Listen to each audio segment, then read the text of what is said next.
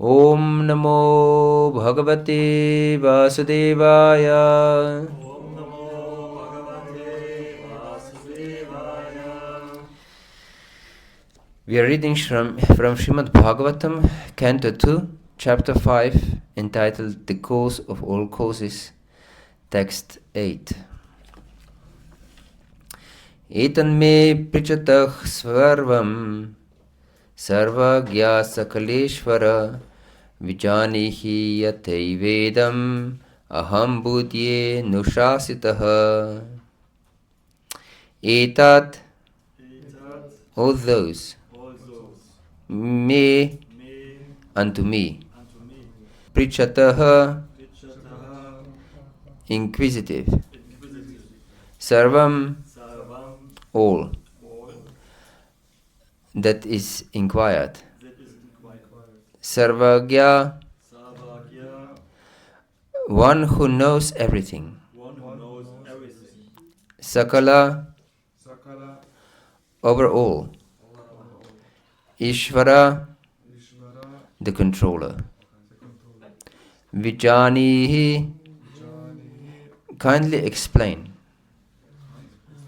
Yatha, as, Eva, they are, Idam, this, Aham, myself, Budhye, can understand, Anushasitaha, just learning from you. Translation and purport by His Divine Grace Srila Prabhupada Ki. Yeah. My dear Father, you know everything and you are the controller of all. Therefore, may all that I have inquired from you be kindly instructed to me, so that I may be able to understand it as your student. Purport. The inquiries made by Narada Muni are very important for everyone concerned, and as such Narada requested Brahmaji to deem them suitable so that all others who may come in the line of disciplic succession of the Brahma Sampradaya may also know them properly without any difficulty. The translation of the verse again. My dear Father, you know everything and you are the controller of all. Therefore, may all that I have inquired from you be kindly instructed to me, so that I may be able to understand it as your student.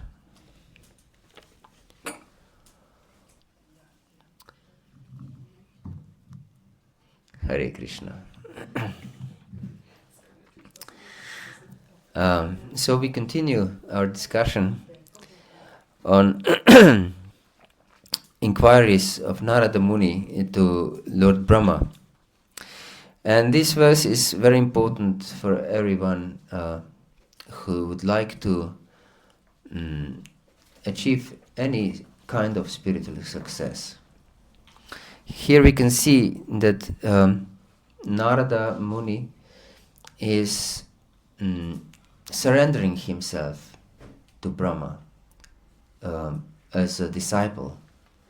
And as long as we don't take this step in our life to completely surrender our life, actually, we cannot advance in our spiritual life. Yes, this is required. Surrender is required. Yes. One, actually, no human being wants to surrender, or living entity wants to surrender. This is the place of voluntary surrender. But everyone has to surrender, either willingly or unwillingly. Yes. Everyone dies in Dandavat. Yes. Hare Krishna. And we can see that Krishna teaches us throughout different scriptures, in Srimad Bhagavatam, Bhagavad Gita, everywhere, that this is the first requirement. As long as one wants to be his own philosopher and his own authority, that long we cannot progress.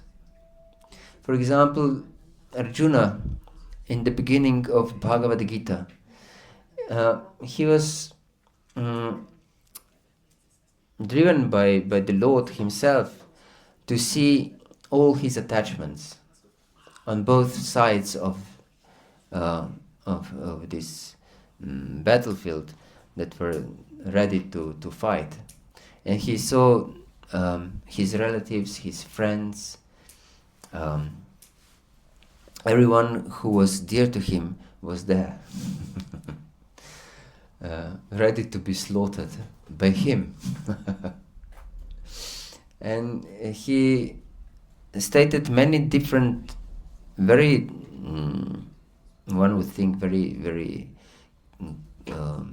wise reasons why he won't fight, why it's not good to fight. Yes, he states that the whole society will collapse if we kill these people who uphold the religious principles in society. So, yes, and he, what he's saying is true. We can see that if there is no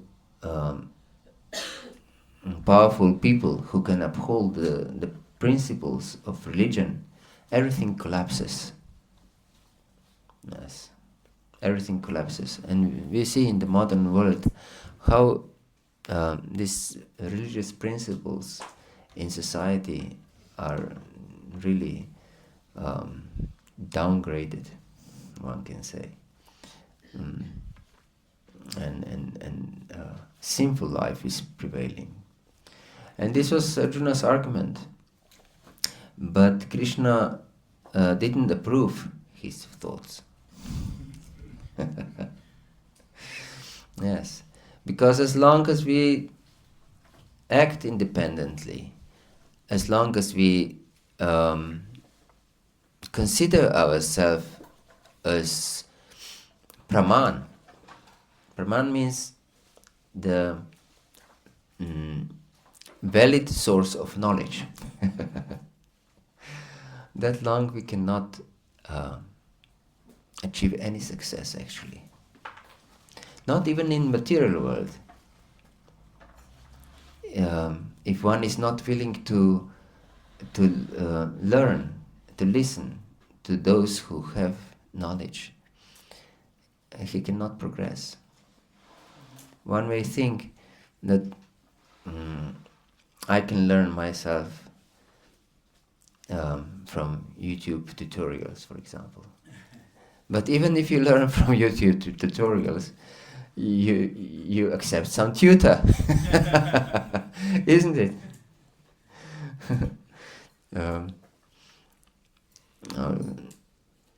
From internet. So you get some information from somewhere else, and someone else who has the knowledge, or at least you believe that he has the knowledge. Yes. So it's very important to understand this. No one can progress in any field of activities, any field of life, if he doesn't accept authority. Yes. And I would like you to ask you something. If you would need urgent surgery, would you allow someone who didn't want to listen to his medical teachers to make a surgery on you? I don't think that anyone would allow this. Yes. Because if you want to become a good surgeon, you have to practice under the experienced surgeon. You cannot become a surgeon just like by your talent. Maybe you're very talented, but if you didn't practice under the experienced surgeon, no sane man would allow you that, that you got him. Yes. So it's the same in spiritual path. If one wants to progress properly, one has to surrender, and this is explained in many different shastras. And in Bhagavad-Gita, Lord Krishna himself, he says, Tadvidi pranipatena pariprashnena sivaya upadikshanti te gyanam ganinas tattva darshana. That if you want to know the truth, you surrender. Surrender to Guru. And pranipatena means you should fall down like a stick. Pariprashnena. And this is not just some fancy thing that you have a guru. Yes, I have a guru and I have a badge. I'm a guru man.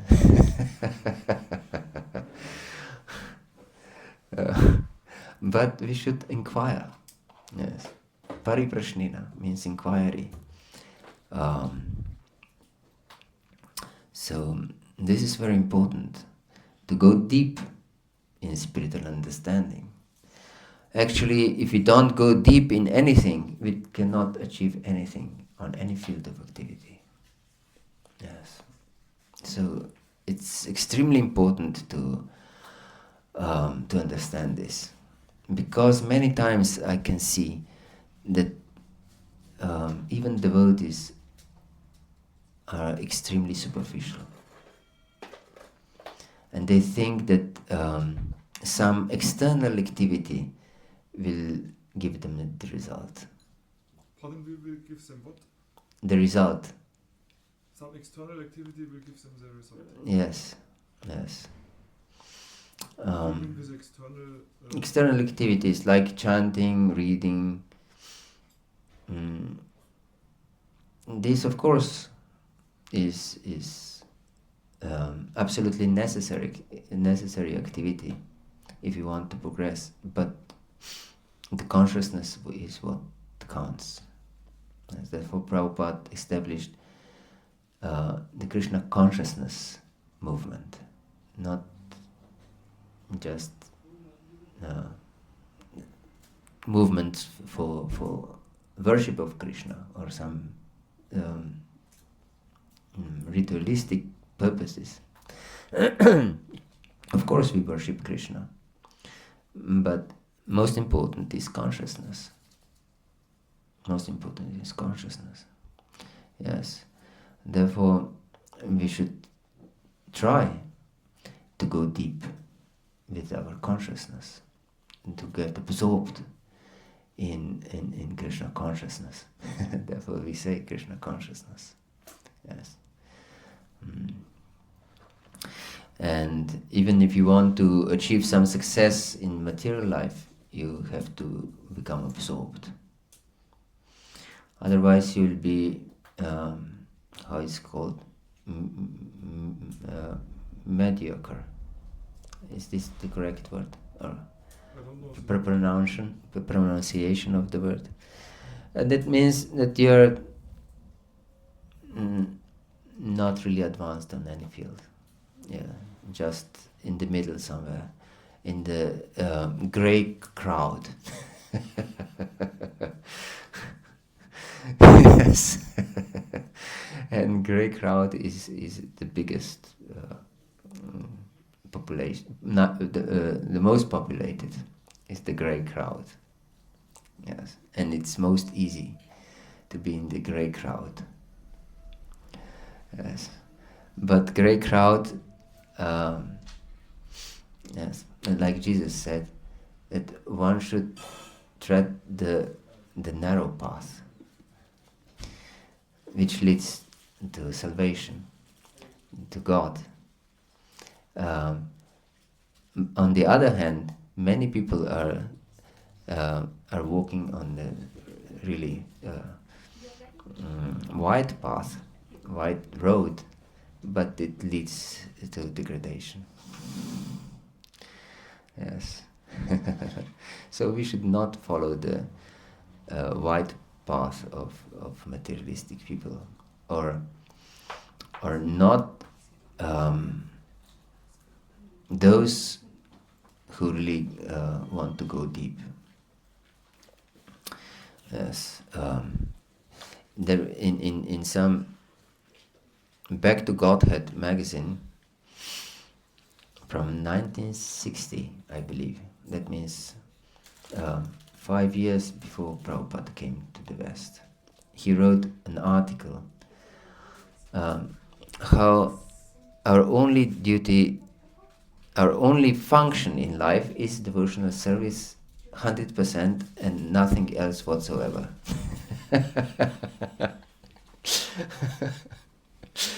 And he said that there are many, even devotees, who wear signs of devotional service, like dhoti, and kantimala, and tilak, and so on. But Prabhupada, who is a chemist, he used this comparison from chemistry, and he said, but if they are put in the acid test of devotional service, majority of them would turn out to be materialistic. Yes. So we shouldn't be one of those materialistic devotees. Yes. And this called Prakrita Bhakta in Srimad Bhagavatam. Prakrita Bhakta. We should be transcendental devotee. And transcendental devotee is one who surrenders to his guru. Guru padarshayas tasmat Krishna dikshati shikshanam Vishrambena Gorokseva sadhu vartmanu vartmanam. Rupa Goswami mentions in Bhakti-rasamrita Sindhu, which is the most authoritative book on devotional service, and one of the first books that was translated by Srila Prabhupada. In fact, because he was afraid that he will not be able to translate the whole book verse by verse, and also he had plans for Srimad Bhagavatam and and Chaitanya Charitamrita and so many books, and he wanted even to translate Vedanta Sutra and so on. Many plans. He wrote a summary of Bhakti-rasamrita Sindhu called Nectar of Devotion. And in this summary, or in fact in the work of Rupa Goswami itself in Bhakti-rasamrita Sindhu, it is said that first requirement is Guru Padashrayas Tasmat. Therefore, one should surrender to Guru. Yes, Krishna Dikshadi Shikshanam, and take Diksha from him. That means that he initiates you, and Shiksha. That means that he gives you instruction. Yes, and by this process, one can become purified. Why this accepting of Guru is so important? One may think that yes, especially this was needed in older days, because books were not available and there was no internet. But now everything is available. Just from the tip of your finger, you can get everything. Yes, for example, Srinivasacharya, he felt extremely unfortunate because he missed every devotee of Lord Chaitanya.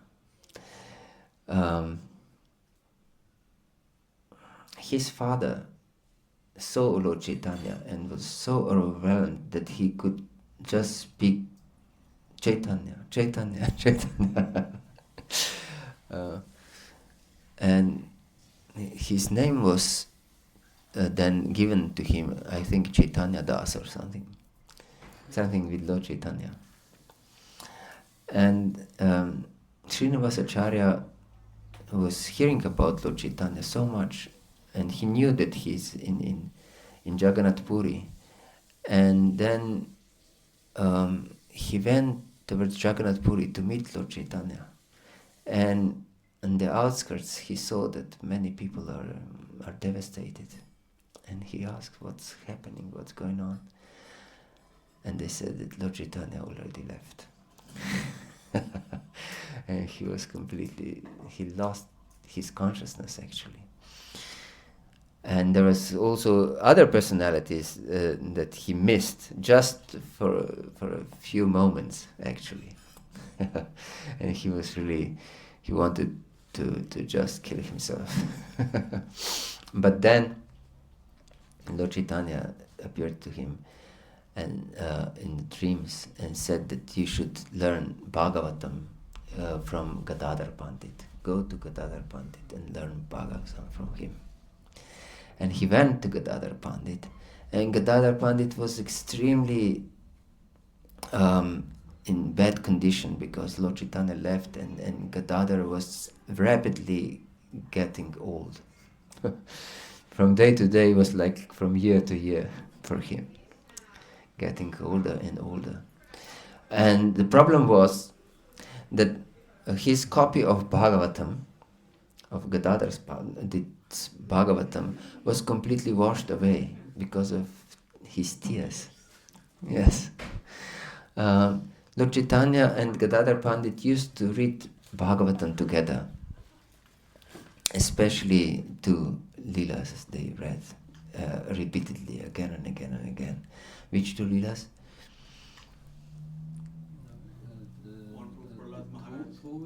Dhruva and Prahlad. Yes, yes. Hare Krishna.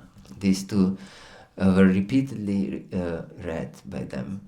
And when Gadadhar was reading and Lord Chaitanya was listening, and when Lord Chaitanya finished one lila, Lord Chaitanya said, "Read it again." Read it again, in complete ecstasy. Yes, and they both were crying while reading and hearing these pastimes. So this copy of Gadadhar Pandit was completely washed away. It's not readable actually anymore. And so Gadadhar Pandit said to Srinivas, we cannot use this copy of Bhagavatam I cannot teach you from this copy. So go back to Bengal and get another copy. And this was not you just go and buy a book. You have to hire someone to write the whole Bhagavatam for you. Or if you were not so fortunate, not so rich, then you have to write it yourself. Yes, so it took a while for Srinivasacharya to get Srimad Bhagavatam, the copy of Srimad Bhagavatam. It's not so easily available. We cannot appreciate how priceless are these books.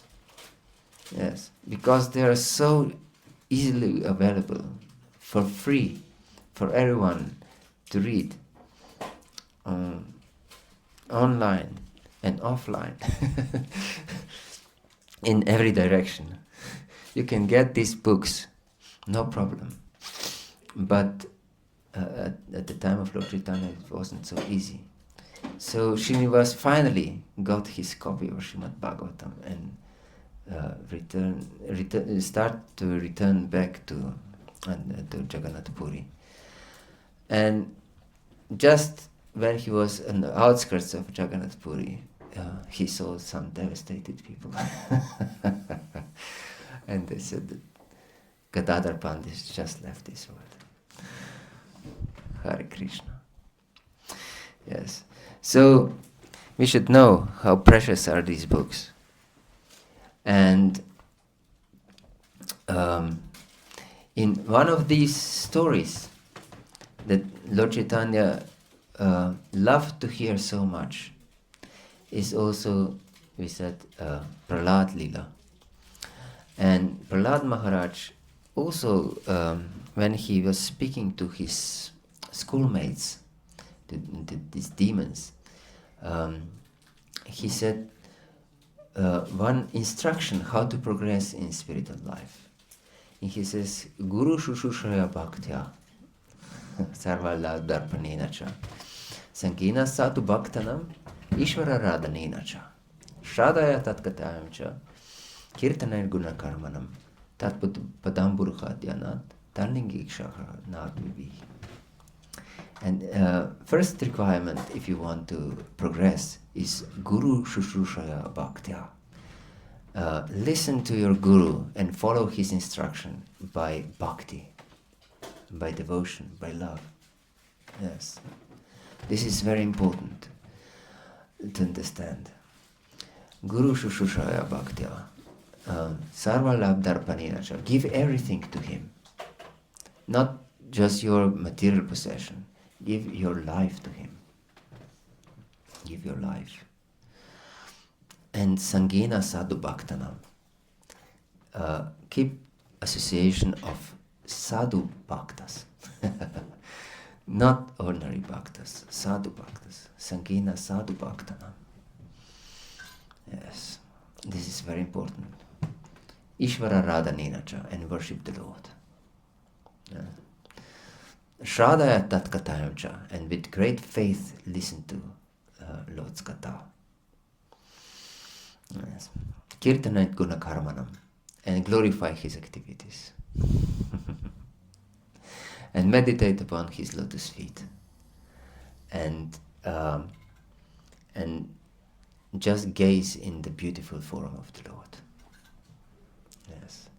So these are instruction of Prahlad Maharaj to his schoolmates, and this was one of the favorite story for Lord Chaitanya. So how important it is. And I started to explain before. Yes, we can say in olden times, like Srinivasacharya had to go to Bengal to get a copy and then to learn from from Gadadhar Pandit. But we can learn from books ourselves because we have purports of Srila Prabhupada, and there are many Prabhupada's lectures can be heard online, and even from his disciples. So what is the need to accepting a guru? Every information is readily available. What do you think?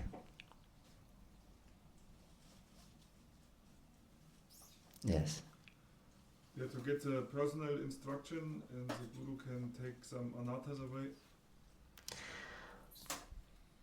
We can get personal instruction, but there are those who will object that Prabhupada accepted many disciples even by letter, and they have never met Prabhupada in person. There's a mercy aspect that we, maybe in the final situation during the death, maybe the spiritual master will help us to go back. Maybe there's a little miracle.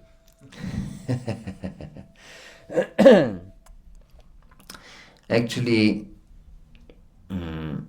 one of the most... Yes, please. Prabhu, as Lord himself, he tells, who becomes the devotee of his devotee, he basically really affectionate to them.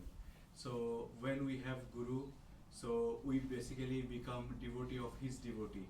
So then he basically take care of us, and we, as Prabhu mentioned, he takes about anarthas. We have so much of anartha, even even without guru, when we pay our obeisances, maybe our obeisances doesn't even reach to the Lord. But when we have guru, and through guru we pay our obeisances, all of our services, whatever we try to do, when we offer it to our guru, then it reaches to Krishna, something like that. Hare Krishna. Very nice answer. Yes. Actually, one thing is very important. Krishna says, Acharya mam vijanyan, navan manyeta karhishit, namartya buddhya suyeta, sarva deva moyo guru. That I am the Acharya, I am Guru. So this is the system. As long as you want to be independent, you cannot reach me, because I'm Guru. You surrender to me through Guru. We sing every day, Sakshat Haritana Samasta Shastra. All Shastras explain that Guru is Sakshat Hari, directly Krishna.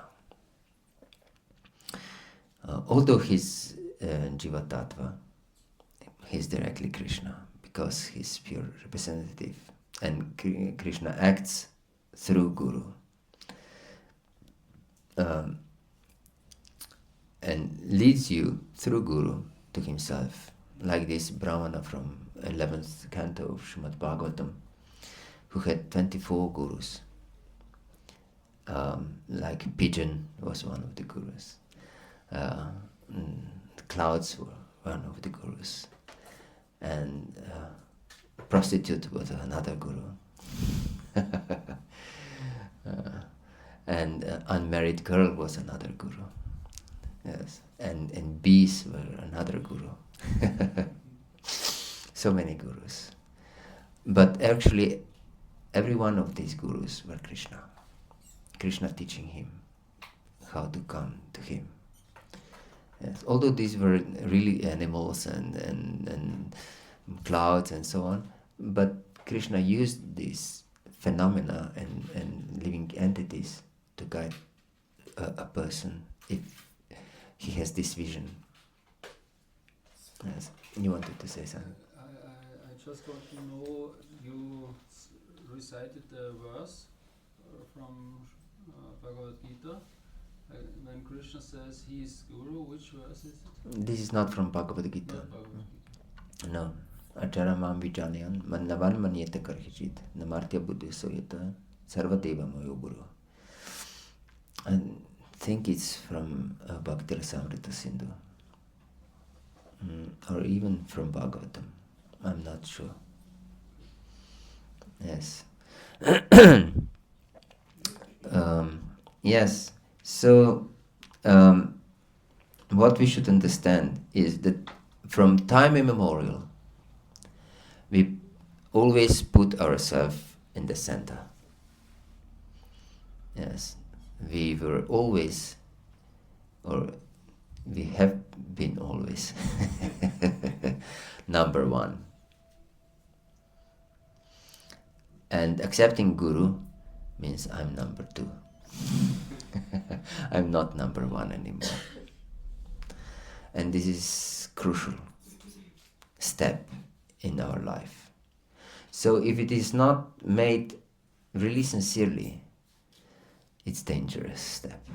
If we accept Guru just for social fashion, because this is sociably recommended. If we don't take Guru sincerely, it's dangerous. Why it's dangerous? Because then we'll find faults with Guru, because we by very nature we want to be number one. And immediately when you accept Guru, that means that you accepted someone who is beyond you, who is new number one. And if this act was not sincere, with great eagerness to surrender to the Lord, then we'll start to hate our Guru. Yes, and this is very dangerous. then your life is ruined. If you find yourself in this position, then your life is ruined. Yes, because Guru is Krishna. So, get serious in spiritual life, and with all your sincerity, accept Guru. Yes. Yes, please. I have a question. Yes, please. So, as you told, accepting one as a guru. Let's take any, how to find a guru, basically. Yes. Like, what should be, quality should I see in him? Yes. I accept him as a guru. Lord Chaitanya says, Kiba Vipra Kiba Nyasi, Shudra Kinenaya. How it is? Jai Tattvavita, say Guru Haya. Yes. So, Guru is one who is Tattvavita, or knower of the truth, of Tattva. So this is very important. And this is not just bookish knowledge, that he knows Tattva from books, because this is empty knowledge if it's not lived. It's not put in practice. So one should live by the scripture and know the Siddhanta. Yes, this is very important. And maybe there are many different gurus that know Siddhanta and live by it, but they maybe don't resonate with your heart. So you should also search for one who, according to your understanding, is completely in love with Krishna. Because only one who is completely in love with Krishna, this is true Tattvavita. Because if you know Krishna in truth, then he's all attractive. Then you're completely attracted to him. Otherwise you don't know Krishna in truth, if you're not completely attracted to him. Yes. So Tattvavita doesn't mean only that he can quote Shastra.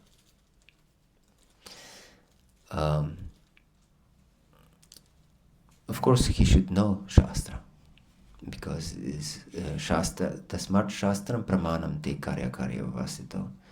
Gyatva Shastra Vidanuktam Karma Kartum Iharhasi. Lord Krishna explains in the end of 16th chapter of Bhagavad-gita. Tasmat Shastram Pramanam Te. Therefore, it is Shastra which is Pramana, or what establishes truth. What is the proper source of knowledge, proper source of whatever we do is Shastra. And he says one verse before, Shastra vidim utsrija vardati kamakarta nasa siddhim avapnati na sukham na param gatim. These are the words of Lord himself. And what does it mean? Shastram vidim utsrija, those who don't follow the Shastra, vardati kamakarta, and they act according to their desires, independent desires. Nasa siddhim avapnoti, they will not attain perfection.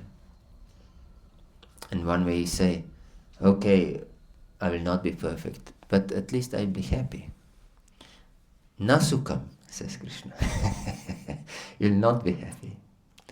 Okay, I cannot be happy and perfect, but at least at the end of life I will go back home, back to Godhead. Na paramgati. You'll not achieve paramgati. Yes. So if you don't follow Shastra, you cannot achieve anything. Yes.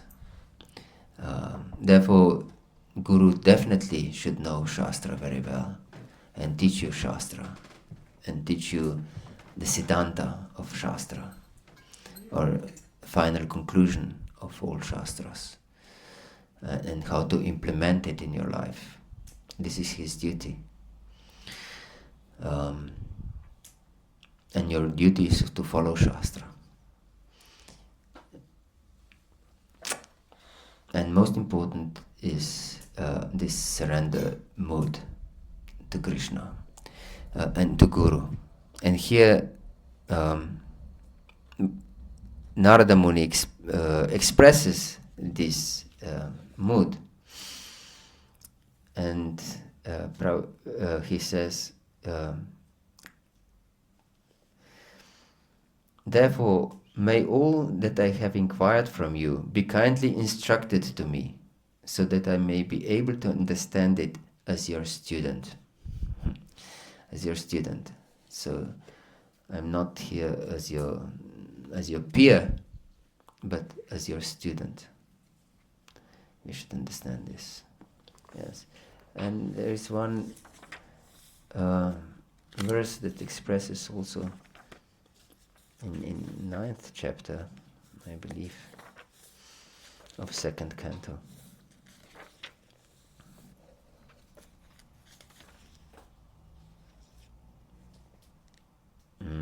Yes, also about Narada.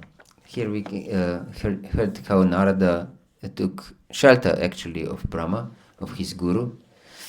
And here it is said, Narada, the most dear of the inheritor sons of Brahma, always ready to serve his father, strictly follows the instructions of his father by his mannerly behavior, meekness and sense control. And here are the qualifications of a disciple described. So what is this? His qualification? Yeah, always ready to serve his father or his guru. Follows the instruction of his father, not just in any kind of mood, but by his mannerly behavior, meekness and sense control. Yes. So these qualifications are extremely needed for a disciple, for a proper disciple. That then this transmission of knowledge is possible. Otherwise, there will be unlimited filters between us and our guru. Hare Krishna.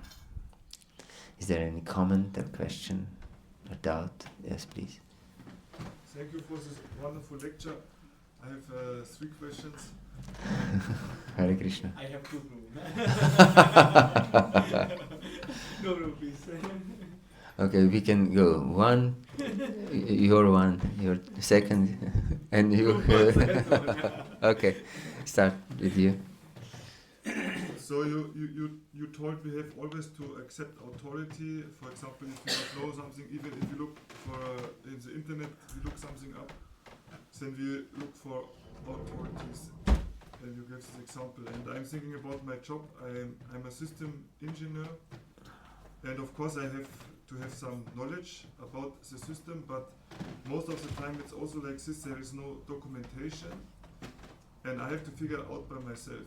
Maybe I have to read some code, or I have to understand how it works. And this is my first question, because I think there is also this point that we can also still figure something out by ourselves. With these examples. Yes. Very good question. Thank you. You're what kind of engineer? Linux system engineer. So computer engineer. Yes. If I would be put in your situation, I couldn't figure out anything. You understand the point? I'm So- not so sure. I think you could. If you really would focus on this, then... Yes, and learn from authorities, then I could figure out myself something. Therefore, by accepting authority of Guru, you can also interpret Shastra according to Guru Sadhu in Shastra. Otherwise, no one would dare to write purports. Understand? Therefore, and in the beginning of Bhagavatam, in second chapter of Bhagavatam, it is explained that Sutta Goswami will speak about Bhagavatam as Shukadeva Goswami accepted it and understood it in his heart. So when we accept something in proper mood, like from authority and submission and in this meekness, then we also the knowledge become revealed in our heart. Not just this bookish knowledge, but also the realization comes from this. And deep understanding and the realization. And of course, because you have studied these things, you have some knowledge, so you can figure out something on your own. But if it would be against the Linux system, it wouldn't work, isn't it? My actions against the system. Or what? No, your ideas. If it doesn't match the Linux system, it wouldn't work, isn't it? Yes. So your ideas should be in line with Linux system. Yeah, but then try and error and then I find the solution. Yes, of course. This is the system. So in spiritual life, it's similar. You get smashed many times.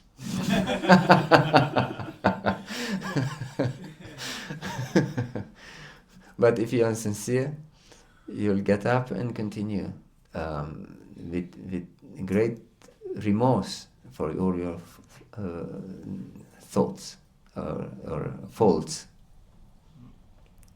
You understand? Yes. Yes. Hare Krishna. Thank you. Okay. So Prabhu, as you spoke in the lecture about surrendering to the Guru, so like what does it mean practically, like in this world, like what does it mean, Prabhu, that surrendering to Guru? Yes. It means I don't have my life anymore. Yes, Guru is my life. And that means practically that I'm hearing his instructions. Even if I don't have his personal association, I hear whatever he says as it would be my personal instruction to me from him. In this mood. And I should form my life according to his wishes. Yes. So, if he says, chant your 16 round attentively, so I should chant 16 rounds, at least 16 rounds, minimum, attentively. Not that I just fulfill the quota of 16 rounds, but to chant 16 rounds attentively. That means focused and do nothing during this chanting. And this is foremost instruction. This is the only spiritual vow we give to our spiritual master, that will chant at least 16 rounds. These 4 regulative principles are vows not to live sinful life. And the only spiritual vow is to chant at least 16 rounds of Maha Mantra without offense. So, and there are many instructions also about Vaishnava etiquette and other things which are really important for our life. So if we hear Guru speaking these things, my frame of mind should be, yes, I should follow this. Yes, I should follow this. So we put aside our ego, because many times our ego will be tested. And this is the most detrimental element in our life, is false ego, which is connected also to our mind. Yes, because of false ego, our mind is undermining our endeavors. Yes, so that practically means that we shape our life that in such a way that we can follow Guru's instruction. That means if we have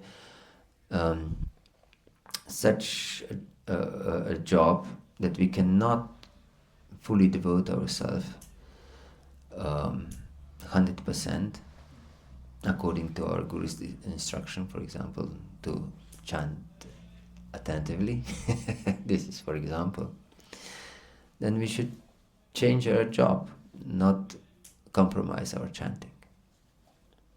Even if we get lower payment, yes, we should willingly accept this, because then we can properly follow our Guru's instruction. Or many different examples we can give, that we don't go into politics with other devotees because of our false ego. Guru teaches us that we should become a servant. We should be a servant. That means that everyone is Prabhu and I'm a servant. So everyone is first and I'm last. Yes. If we want to properly follow Guru, we will follow like this. Yes. And this is very practical, I believe. Hare Krishna. Yes. Hare Krishna Prabhu. So, as you told, like once we find a Guru and we are following him and we are surrendered to him. Yes. And after some time, if you find someone, like, no, other person as like you feel more, great, or like something more that you have found in another Guru. Can we change? I give you the example. If you marry a girl and then you find a very beautiful girl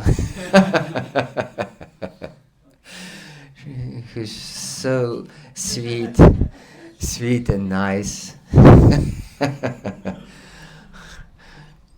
it's proper that you leave your wife and go with this girl? No. Okay, very good. It's not proper, because you dedicated your life to your wife. And staying with your Guru, you dedicated your life to your Guru. Of course, if your Guru is not bona fide, that means that he's not a devotee of Krishna. Then it's your duty to give him up, to reject him. Then if you don't reject him, it's an offense to Krishna. Yes, and it's explained in Shastra. If your Guru is not a Vaishnava, not a devotee, he should be rejected. Same applies to wife as well? Yes, actually it's true. It is explained if your wife is not faithful to you and goes with another man, or he cheats you with another man. I meant like, if he's not a devotee of Krishna and I am the devotee of Krishna, let's take example. If she doesn't believe in Krishna. And Then your duty is to liberate her and to teach her how to become a devotee of Krishna. Yes. Yes. It's instruction of Rishabhadev, Lord Rishabhadev. Guru na sasyat svajano na sasyat, pita na sasyat svajani na sasyat, devam na tatsya na patischa sasyat, na mojayat yasamapetya mitum. You shouldn't become a pati, a husband, if you're not able to deliver your wife, or a guru, or even a relative. Yes. It's instruction from the Lord that you should deliver your wife. But if she's cheating, you should give her up. And the same applies for her. It's explained by Vishwanath Chakravarti Thakur in 10th canto of Srimad Bhagavatam. If the husband is fallen, she should give him up. Is what? Fallen. What means this? That he falls down from the proper path, and he's become sinful. From spiritual path, or? Yes, he's sinful, practically speaking. This fallen means sinful. She should give him up, otherwise he'll be the cause of her fall down. Yes. That means, of course, that she's saintly. If she's... But I can't remember the other way around, that even if the wife is following the demonic husband, she gets all the benefits because... Yes, we have heard many times like this. I'm just repeating what I've learned from acharyas. Okay. This is other quality of chaste wife, and is very much glorified. But this is a very rare example who can be saintly in every circumstance, even if the husband is fallen. Then her chastity is very much glorified. And there are examples also in Shastra that support this. There's one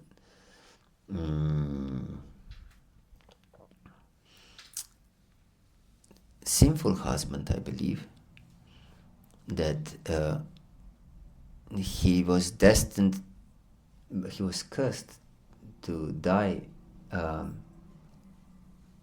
the sunrise. Have you heard this story? Yes, and his wife vowed that the sun will not rise. And by her chastity, she actually prevented sun to rise. And then everyone were terrified because sun didn't rise. And so they went to her and promised her that her wife will not die, her husband will not die. And there is another example, how one Brahmana, who was a leper actually, wanted to enjoy with a prostitute, but they were quite poor. And then wife became a servant of this prostitute and served her so nicely, and that she was very pleased with her and asked, "What can I do for you?" And she said, my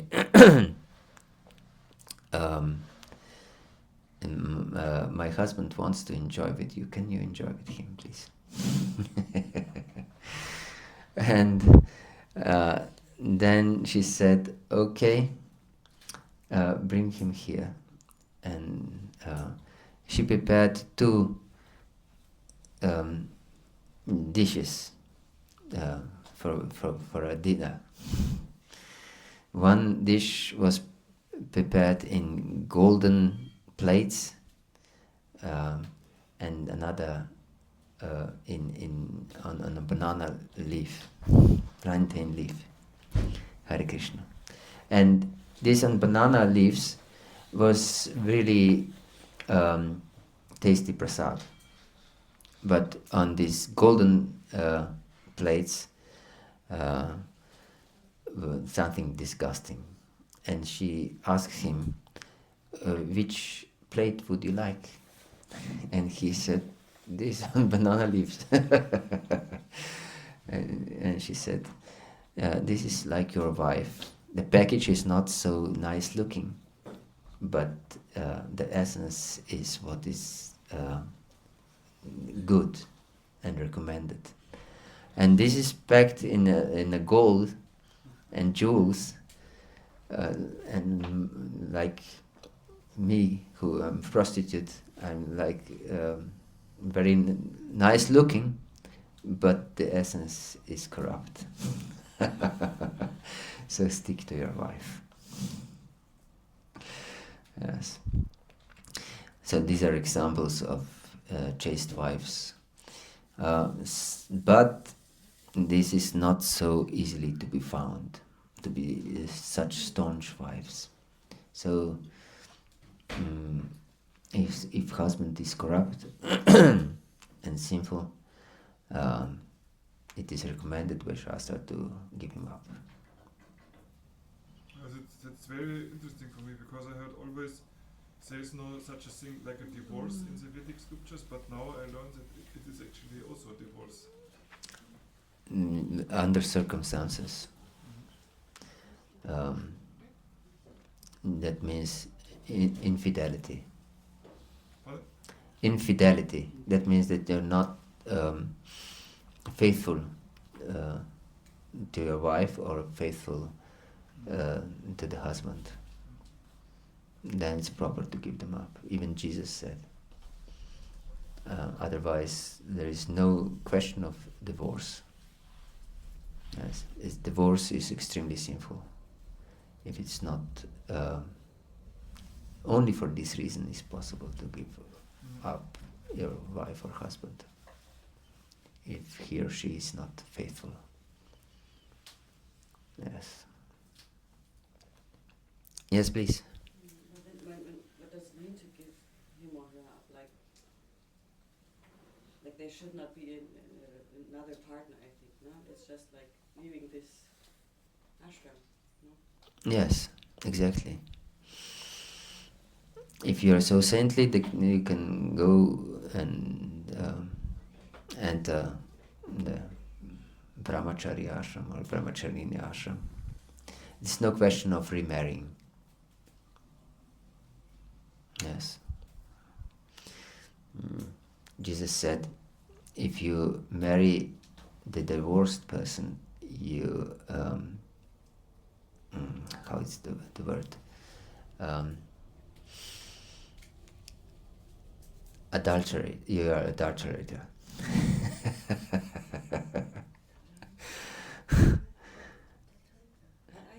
Adulterator.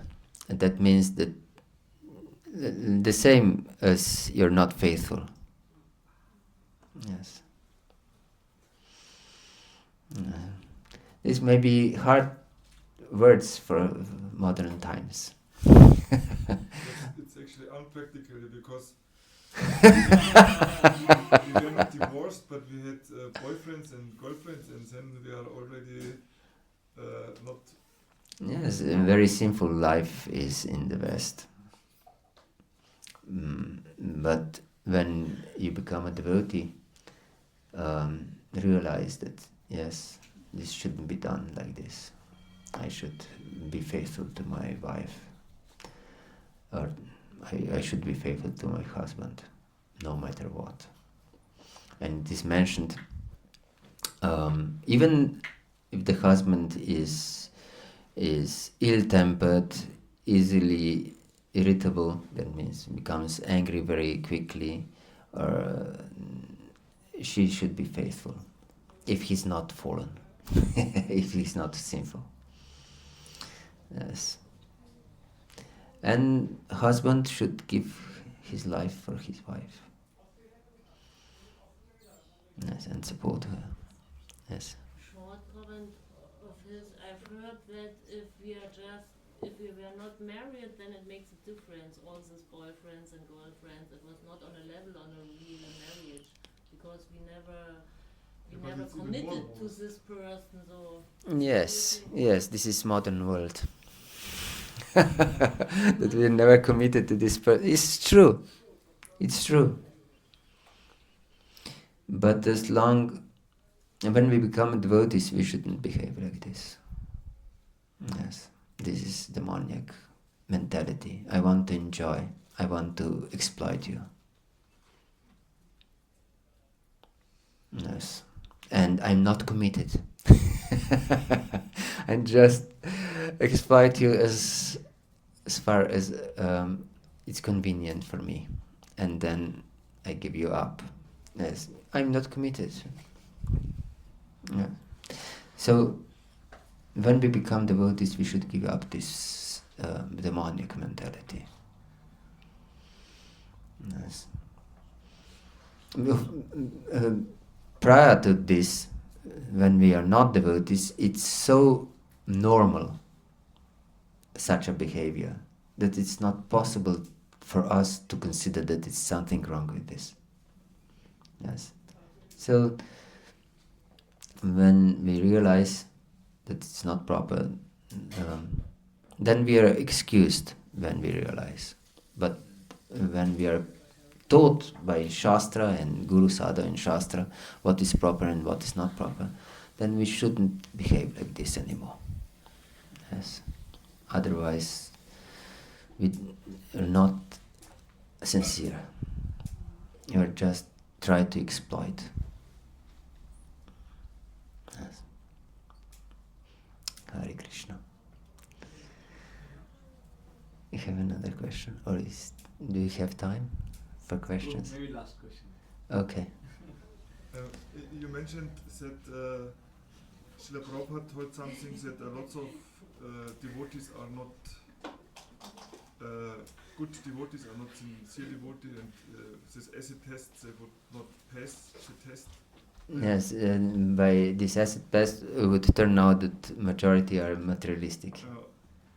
But if I read Srila Prabhupada books, I have never read something like this. I read always that he's actually glorifying his devotees, that they are all pure devotees. And this was not about his disciples, because it was several years before he made disciples. Understand? He was speaking about devotees in general. For those who declare that themselves are devotees. He was not speaking about his disciples. He didn't have his disciples at that time. At least in the West. I think that there was one disciple before he came to the West. He had one disciple before. Yes. So, but we should take it seriously ourselves. Are we the ones who will pass this acid test? As Prabhupada speaks. We shouldn't point our finger to other devotees. Yes, you cannot pass this test. It's about ourselves. Can I pass this test? This should be the question, not if others are able to pass it. Am I able to pass it? Yes. This is the real question. Can I ask one more question? Yeah. Please ask. So when I read Srila Prabhupada, I read many times that he told we should follow 4 regulated principles and we should chant 16 rounds and then we go back to Krishna. Yes. But I understand it's not enough. We have to really develop our consciousness. And if we do these things and our consciousness is not like Krishna consciousness, then we will not pass the acid test and we will also not go back to Krishna. Yes, but if you follow Prabhupada's instruction to chant at least minimum 16 rounds without offense and follow the four regulative principles, these four regulative principles are much deeper than one thing, and we don't have time to go deep into this. Yes. Maybe during Prasadam time. Yes. Because meat eating is actually, for example, just a small example, will not go deep, is, for example, to avoid violence, unnecessary violence. But there is so much violence that we can commit to other people. This is not just meat eating, it's also meat eating of other people. You understand what I mean? That you eat them alive with your behavior. This is just a fraction of an example. Then in this regard we can go deep in any, or intoxication. If you intoxicate with your pride, it's also intoxication. Or eat too much, it's also a kind of intoxication. Many things. So you should know a proper understanding of all these four regulative principles. Yeah. Hare Krishna. Thank you very much for your attention. Srila Prabhupada ki jai, Grantaraj Srimad Bhagavatam ki jai, Nitai Gaur Premanandi, Hare Gaur Bhakta Vrinda ki jai.